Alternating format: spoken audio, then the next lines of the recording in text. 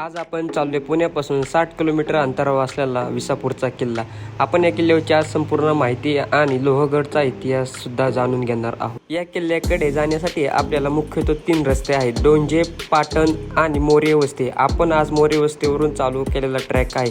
इथे येण्यासाठी पेरणे फाट्यावरून आपल्याला राईट टर्न मारून साधारणतः 15 किलोमीटरचा प्रवास आहे. तुम्ही जिथं पार्किंग आता गाडी लावली ना ती आपण मोरे वस्ती, आणि मोरे वस्तीनं तुम्हाला इथं ट्रॅक चालू करायचा आहे. आणि ट्रॅक चालू करायच्या टाइम तुम्ही लक्ष ठेवा की आपण जिथं ट्रॅक चालू करणार तो राजमार्ग आहे. आधी पायऱ्यांचा मार्ग होता, पण इंग्रजांनी जो हुबर होता, जो मेजर हुबर, त्यांनी हा तोडलेला आहे. तर त्याच्यामुळे आता दगडच फक्त आहेत. आणि पावसाच्या काळात एका दक्षता घ्यायची की वरतून दगड असं येऊ शकतो. तर त्याच्यामुळे चालताना दक्षता घ्या. आणि आसपास काटे सुद्धा आहेत, आणि पीटर वायफर नावाचा साप सुद्धा या भागामध्ये आढळतो. तर त्याच्यामुळे तुम्ही दगडांमध्ये जाताय तर किल्लर सायलेंट सारखं काम करतो. तर तुम्ही कुठेही पाय ठेवायच्या टायमिंगला विचार करून करा. हाय तो रस्ता दिला त्याच रस्त्याने चला. आता आपण विसापूरवरती ना, तर विसापूर गडाचा आधी नव्हता इसापूरचा अर्थ होतो फारसी शब्द आहे. त्याच्यानंतर हा सांबळगड सुद्धा म्हणतात. सांबळगड मानण्याचं कारण काय आहे की समोर जो लोहगड आहे ना, तो हा जुळा किल्ला आहे. आपल्या मराठा साम्राज्यामध्ये एक परंपरा होती की जवळचा जर जॉईंट डोंगर असेल तर त्या जॉईंट डोंगराला जुळा किल्ला बांधण्याची आपली तर पद्धत होती. तर महाराजांच्या काळामध्ये ह्या किल्ल्याचा एवढा का जीर्णोद्धार झाला नव्हता. पण जे छत्रपती शाहू महाराज, जे साताऱ्याचे जे छत्रपती शाहू महाराज होते ना, त्यांचे ते पहिले पेशवे होते ना, बाळाजी विश्वनाथ, त्यांनी ह्या किल्ल्याची जवळपास चांगली मरम्मत करून ठेवली होती. 1717 ते 1720 ह्या दरम्यान ह्या किल्ल्याला आजचे जे बुरुज दिसतात ते त्यांनी ते बांधलेले आहेत. आणि जेव्हा इंग्रजांनी 1818 मध्ये हमला केला ह्या किल्ल्यावरती, आधी लोहगडवरती न जाता ते मेजर आहे, त्या मेजरने पहिल्यांदा हा किल्ला जिंकला. त्याच्यानंतर तो किल्ला त्यांना सोडावा लागला, कारण हा किल्ला जिंकला म्हणजे लोहगड जिंकण्यासारखं होतं. कारण इथं छावणी असायची, लोहगडवरती रसद असायची. तर त्याच्यामुळे हा किल्ला महत्वाचा होता. आता आपण मारुती मंदिराजवळ पाऊस वाढल्यामुळे आपण काय मोबाईल बाहेर काढलेला आहे एका झाडाच्या साईडला थांबून. तर तुम्ही आता त्या रस्त्याने आले ना, वरती आल्यानंतर आपल्याला सांबळगड म्हणजे विसापूरचा किल्ला आहे ना, त्याला सांबळगड पण म्हणतात. आता मारुतीचं मंदिर आहे वरती चढताना, आणि हे काय पुरातत्व मंदिर नाही, आता नवीन जस्ट बांधलेलं मंदिर आहे. आणि इथं वरती जाऊन तुम्हाला आता पायऱ्या पण लागते जवळपास. आणि आता फक्त एवढं लक्षात घ्या, तुम्ही पावसाळ्यात येताय ना तर इथं खाली झरे पण वाहतात. आणि झरे वाहताना कसं ते बराबर साईडला दरी, त्याच्यामुळे तुम्ही जर त्या झऱ्यापेक्षा जरी थांबताय तर हे बरंच रिस्की आहे. आणि इथं झाडं सुद्धा पडलेलीत, आम्ही आलो बघितलं. तर त्याच्यामुळे तुम्ही आता येतात ते नीट व्यवस्थेमध्ये या.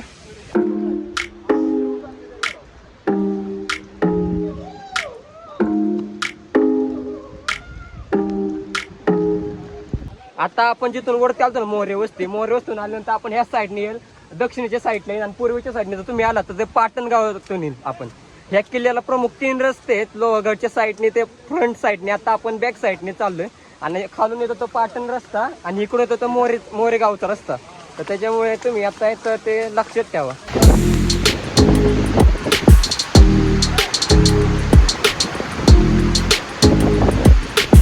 आता आपण अशा मार्गावरती आहे की जो राजमार्ग होता आधी या किल्ल्याचा, म्हणजे प्रमुख मार्ग हा राजमार्ग होता. आणि या संपूर्ण मार्ग हा पायऱ्यांचा होता. आणि आता तुम्ही बघताय या मार्गाची अवस्था कशी झालेली आहे. 1718 मध्ये इंग्रजांनी हा संपूर्ण मार्ग उद्ध्वस्त करून टाकला आणि किल्ल्याची नुकसानची करून टाकली होती. तर त्याच्यामुळे तुम्ही येताय पावसाळ्यामध्ये आता थंडीत शेणे.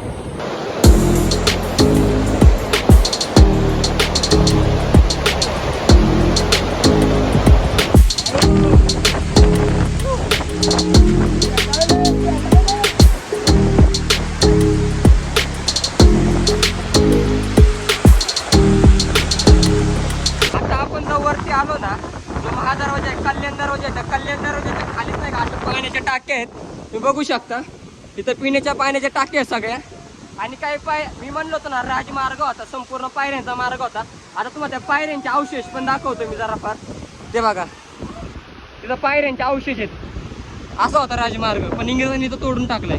पाण्याच्या टाक्यापासून आपण वरती आल्यानंतर आपल्याला मारुतीचे हे शिल्प बघायला मिळेल. आणि या शिल्पाच्या बाजूलाच बरोबर 2 अन्नधान्य कोठऱ्याच्या रूम आहेत. त्याच्यामध्ये अन्नधान्य किंवा शस्त्र साठा असावा असे आपल्याला वाटते. त्याच्यानंतर पुढे पायऱ्या मार्गाला लगेचच आहेत. मारुतीच्या शिल्पापासून पुढे लगेच आपल्याला ह्या पायऱ्या आणि हा धबधबा सुंदर बघायला मिळेल. याच्यानंतर आपण महादरवाजेपाशी पोहोचू.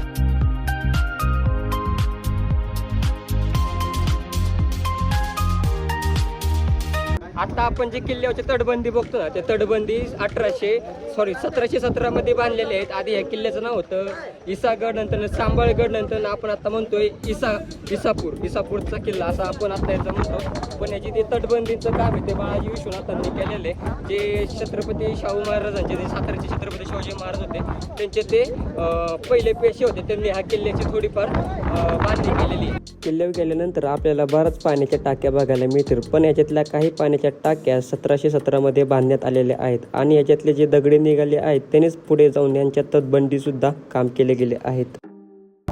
ज्यावेळेस छत्रपती शिवाजी महाराजांनी कोकण मोहीम केली होती, त्या कोकण मोहिमेमध्ये भिवंडी आणि कल्याण हे भाग जेव्हा जिंकले महाराज, त्यावेळेस तिकोना, तुंग, लोहगड आणि विसापूरचा किल्ला सुद्धा महाराजांनी स्वराज्यामध्ये आणला. त्यानंतर महाराजांना पुरंदरचा तह करावा लागला आणि पुरंदरच्या तहमध्ये बाकीच्या किल्ल्यांसोबत हा विसापूरचा किल्ला सुद्धा महाराजांना मिर्झाराजे सिंगला द्यावा लागला. पण महाराजांनी 1670 मध्ये हा किल्ला परत आपल्या स्वराज्यामध्ये दाखल केला. त्याच्यानंतर 1717 मध्ये जवळपास किल्ल्याची जी नवीन तटबंदी दिसते आपल्याला, ती तटबंदी पहिले जे बाळाजी विश्वनाथ होते त्यांनी ही तटबंदी चांगल्या पद्धतीने करून घेतलेली आहे. त्याच्यामुळे आपण आल्यानंतर बघता की त्याच्या खाली जी तटबंदी ती जुनी दिसते आणि जे वरती जी नवीन दिसते, तर त्याच्यामुळे लोकांना वाटतं की ह्याच्यानंतर जी तटबंदी केली असेल ती जवळपास ब्रिटिशांनी नाहीतर पेशव्यांनी केली असेल. पेशव्यांनी नाही झाली, ती छत्रपती शाहू महाराजांच्या काळामध्येच ह्या तटबंदीचा जीर्णोद्धार झालेला आहे. पाण्याच्या टाक्यापासून आपण वरती आल्यानंतर आपल्याला माळरानावरती तोफखाना असा एक बघायला मिळेल. तोफखान्यापासून थोडंसं पुढं आल्यानंतर आपल्याला काही राजवाड्याचे अवशेष मिळायला बघेल. त्याच्यानंतर इथे सदरीचं ठिकाण सुद्धा आपल्याला बघायला मिळेल आणि हा राजवाडा आता उद्ध्वस्त झालेला आहे.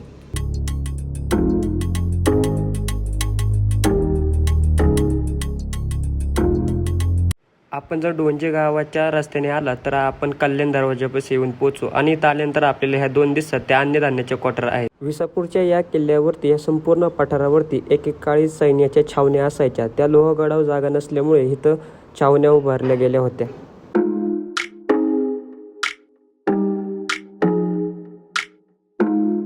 वरती आलो तर हा दख्खन दरवाजापाशी अशा 2 तोफा आपल्याला बघायला मिळतील. आणि आपला हा ब्लॉग आवडला असेल तर सबस्क्राईब करून ठेवा आपल्या चॅनलला, अशी माहिती मिळत राहील.